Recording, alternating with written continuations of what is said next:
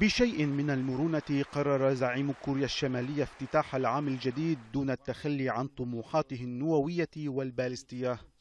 كيم جونغ أون واصل تهديد واشنطن في كلمته، كاشفا عن وجود زر نووي على مكتبه للاستخدام الفوري حال تهديد أمن كوريا الشمالية.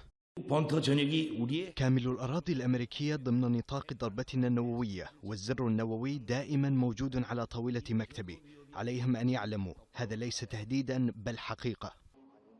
إلا أن كيم وبعد عام من التصريحات النارية وتصاعد التوتر بسبب برنامجه للأسلحة النووية استغل كلمته للدعوة إلى الحد من التوترات العسكرية على شبه الجزيرة الكورية وتحسين العلاقات مع الجنوب، متخذا من الرياضة مدخلا للحوار بإرسال رياضييه للمشاركة بالأولمبياد الشتوي المقبل في كوريا الجنوبية.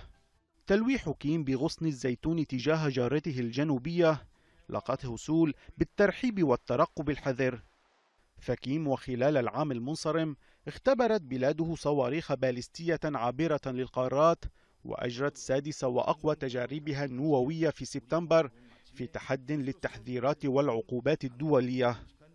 كما أن كلمته لم تخلو من دعوة بلاده إلى التركيز على إنتاج كميات كبيرة من الرؤوس الحربية النووية والصواريخ الباليستية. رامي عيسى، العربية.